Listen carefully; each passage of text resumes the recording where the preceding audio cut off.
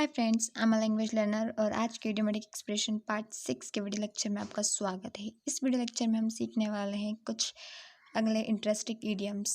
अब तक की हमारी 100 इडियोमेटिक एक्सप्रेशन सीरीज में से हमने 40 के समथिंग इडियम सीख लिए हैं। तो आइए, आज का हमारा इडियम है in seventh heaven. In seventh heaven which means सातवें आसमान पर होना। गुस्से से नहीं, घमंड से नहीं, खुशी से सातवें आसमान पर होना होता है। जब कोई खुशी से बहुत बहुत बहुत ज़्यादा खुश होता है तब इस इडियम का यूज़ कर सकते हैं। In example, she is in seventh heaven to get first rank in the exam. She is in seventh heaven to get first rank in the exam, यानी वह परीक्षा में प्रथम स्थान पाकर सातवें आसमान पर है, यानी कि वह फर्स्ट डिवीज़न से पास तो बहुत बहुत बहुत खुश है, यानी कि बहुत ज़्यादा उछल रही है। ठीक है, इतना खुश होना। अगला है distance lends charm to the view. Distance lends charm to the view which means दूर के ढोल सुहावने अच्छे लगते हैं, यानी जो चीज़ें दूर से देखने पर अच्छी लगती है लेकिन पास जाने पर बहुत ही मतलब इतनी वैल्यूबल नहीं होती है। Distance lends charm to the view, you should stay away from it. Distance lends charm to the view, you should stay away from it. तुम्हें इन सबसे दूर रहना चाहिए, दूर के ढोल सुहावने ही अच्छे लगते हैं। या फिर आप इसको ऐसे भी कह सकते हैं, दूर के ढोल तो सुहावने ही अच्छे लगते हैं, तुम्हें इन सबसे दूर रहना चाहिए। क्योंकि आपके फ्रेंड्स अगर किसी चीज़ में जा रहे हैं जो चीज़ अच्छी नहीं है, दूर से देखने पर अच्छी लगती है, तब उनको समझाने के लिए यूज़ कर सकते हैं। सभी आजकल के बच्चे इस चीज़ों की तरफ ज़्यादा बढ़ते हैं, जो दूर से तो बहुत अच्छी लगती है, दिखते कि बहुत फ़ायदा है, लेकिन वास्तविकता में ऐसा होता नहीं है। अगला है बीट अराउंड द बुश, या इसे बीट अबाउट द बुश भी कह सकते हैं। घुमा फिरा कर बातें करना, जलेबी की तरह बातें करना, सीधा टॉपिक के बारे में बात ना करते हुए इधर उधर की बातें करना। जैसे don't beat around the bush, get to the point, I have running off time. Don't beat around the bush, get to the point, I have running off time. Jalebi की तरह बातें मत करो, मेरे पास समय नहीं है, सीधे सीधे मुद्दे पर आओ। यानी अब किसी फ्रेंड से बात करो, घुमा फिरा के बातें किए जा रही, सीधे मुद्दे पर नहीं आ रहे, तो ऐसा उस वक्त इस तरह से इस इडियम को यूज़ कर सकते हैं या अपने तरीके से। ठीक है, यानी कि घुमा फिरा कर बातें मत करो, मेरे पास टाइम नहीं है। अगला है I don't want talk to her, she is habit of beating around the bush. I don't want talk to her, she is habit of beating around the bush, यानी कि उसे घुमा फिरा कर बात करने की आदत है, मुझे उससे बात नहीं करनी। यानी मुझे उससे बात नहीं करनी, उसे घुमा फिरा कर बात करने की आदत है। आप जिस चाहे वैसे बोल सकते हैं, इंग्लिश में वैसे ही आएगा।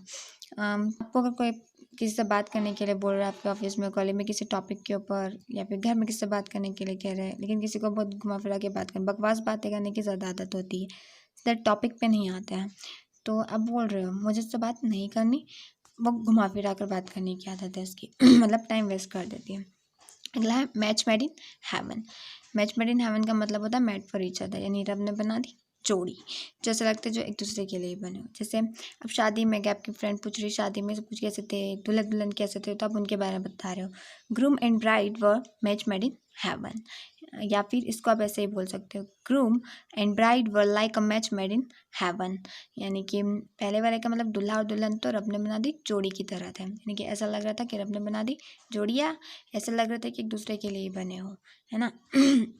और अगला है groom and bride were like a match made in heaven, यानी कि दूल्हा और दुल्हन तो ऐसे लग रहे थे जैसे रब ने बना दी जोड़ी। ठीक है, और पहले वाले का अर्थ ये निकलता है कि दूल्हा और दुल्हन तो रब ने बना दी जोड़ी की तरह थे, यानी कि जैसे एक दूसरे के लिए ही बने हो। आप दोनों का ही सेंटेंसेस का यूज़ कर सकते हैं अपनी बात को डिस्क्राइब करने के लिए। अगला है स्पीक ऑफ डेविल।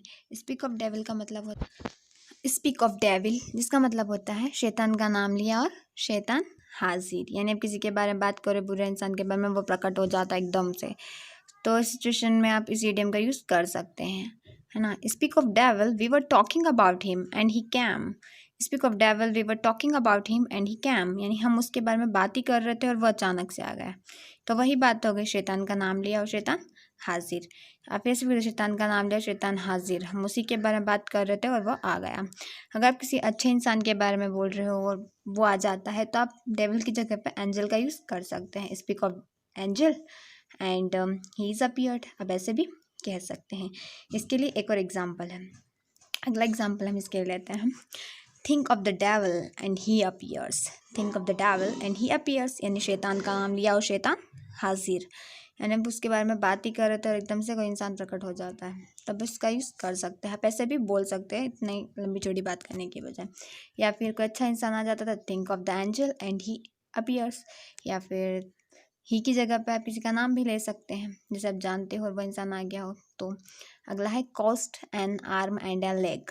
इसका मतलब होता है वेरी एक्सपेंसिव, बहुत ही खर्चीली। कोई चीज़ बहुत ज़्यादा खर्चीली हो तब आप इस इडियम का यूज़ कर सकते हो उसको डिस्क्राइब करने के लिए। जैसे this is a massive palace but cost N arm and a leg. This is massive palace but cost N arm and a leg, यानी बहुत बड़ा घर है पर बहुत महंगा है। ठीक है, यानी कि आपने देखने गए कोई चीज़ और आप बोल रहे हो कि हाँ ये बहुत बड़ा तो है, आपका जो एजेंट है वो बोल रहा है कि बहुत बड़ा है बहुत अच्छा है, पर आप बोल रहे हो महंगा बहुत है, तब आप इस सिचुएशन में इस इडियम का यूज़ कर सकते हैं। सिर्फ बिल्डिंग्स वगैरह के लिए नहीं, किसी भी चीज़ के लिए जो बहुत ज़्यादा एक्सपेंसिव है। Switzerland is a beautiful place but trip is cost N arm and a leg. Switzerland is a beautiful place but trip is cost N arm and a leg, यानी स्विट्ज़रलैंड बहुत खूबसूरत जगह है पर ट्रिप बहुत महंगी है। यानी आपके दोस्त वगैरह सब आपके ग्रुप में सर्कल में या ऑफिस कॉलेज सर्कल में से बातें चल रही है ट्रिप की, खूबसूरत है यानी ट्रिप पे जाने की, तो आप बोल सकते हैं कि वो बहुत खूबसूरत जगह है पर ट्रिप बहुत महंगी है, यानी आप अफोर्ड नहीं कर सकते। तो ऐसी सिचुएशन में आप इस इडियम का यूज़ कर सकते हैं वेरी एक्सपेंसिव को डिस्क्राइब करने के लिए।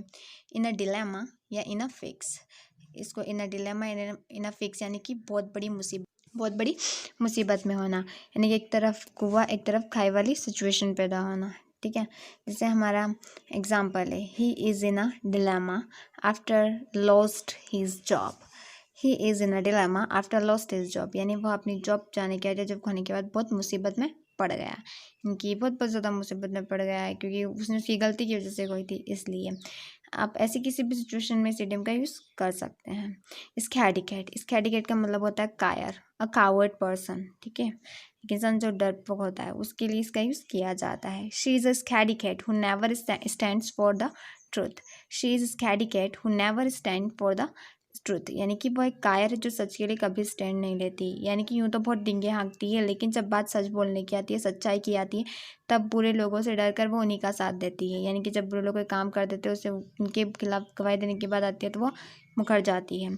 तो ऐसे इंसान को डिस्क्राइब करने के लिए आप कह सकते हैं she is scadicate who never stand for the truth, यानी कि वो एक कायर है जो सच के लिए कभी नहीं बोलती है। किसी भी कायर पर्सन के लिए आप उसे यूज़ कर सकते हैं। अगला है get the green light which means हरी झंडी मिलना, यानी कि हरी झंडे मिलना, यानी किसी भी चीज़ की परमिशन मिल जाना। ठीक है, she got the green light to go to the trip. She got the green light to go to the trip, यानी उसे ट्रिप पर जाने के लिए ग्रीन सिग्नल मिल गया है या उसे ट्रिप पर जाने के लिए हरी झंडी मिल गई है। यानी कि घर वाले मान नहीं रहे थे उसको, कॉलेज या ऑफिस ट्रिप जा रही थी और उसने परमिशन ले ली, तो आप डिस्क्राइब करने के लिए कह सकते हैं कि उसे परमिशन मिल गई है, यानी कि she got the green light to go to the trip, यानी ट्रिप पर जाने के लिए उसे ग्रीन सिग्नल मिल गया है। या आपको भी कभी किसी चीज़ की अनुमति मिल जाए तो यूज़ कर सकते हैं। To tell one speech. To tell one speech का मतलब होता है अपनी अपनी राय रखना या फिर अपना ओपिनियन बताना। ठीक है, now Ronita tell your piece other we should go or not. Now Ronita tell your piece other we should go or not. Ronita अब तुम अपनी राय बताओ, हमें जाना चाहिए या नहीं। आपके घर में या आपके ग्रुप में किसी चीज़ पे बात हो रही है, ट्रिप पर जाने पे कहीं पर जाने पे बात हो रही है और अब आपसे पूछा जा रहा है, प्रणीता या कोई भी हो, तो इस सिचुएशन में आप बता सकते हैं अपनी पीस। ठीक है, या फिर ऐसे भी पूछा जा सकता है व्हाट्स योर पीस। ओके, आपकी क्या राय है, इसे भी इसको यूज़ किया जा सकता है। तो आई होप आपको क्लियर हो गया होगा। आउट ऑफ द ब्लू इसका मतलब होता है अचानक से, सडनली कोई चीज़ घटना या हो जाना, अचानक से कोई चीज़ हो जाना या घटना। जैसे she broke the ice out of the blue, यानी आप किसी मीटिंग में गए थे या कहीं पर गए तो आप बात कर रहे थे तो किसी को बता रहे कि वहाँ पे क्या हुआ था, तो she broke the ice out of the blue, यानी उसने अचानक से बोलना शुरू कर दिया। यानी कि हम अपनी बात ही कर रहे थे और उस कंपनी के जो मैनेजर वगैरह थे, जो एजेंट आए थे, उन्होंने बोलना शुरू कर दिया अचानक से, या वह अचानक से बोल पड़ी। तो she broke the ice out of the blue, यानी अचानक से बोल पड़ी हैं। अगला है ब्रेक द आइस, शुरू करना। If you want speak English then break the ice from now. If you want speak English then break the ice from now. Break the ice का मतलब सुन लिया था हमने, शुरू करना, यानी कि कोई भी चीज़ शुरू करना होता है एकदम से भी या यूँ भी। अगर आप सच में इंग्लिश सीखना चाहते हैं तो आपको अभी से शुरू करना चाहिए या अभी से शुरू कर देना चाहिए। आपको हमारी वीडियो कैसी लगी कमेंट करके ज़रूर बताएं। Like and share and subscribe to our channel if you want more tips, and thank you and bye.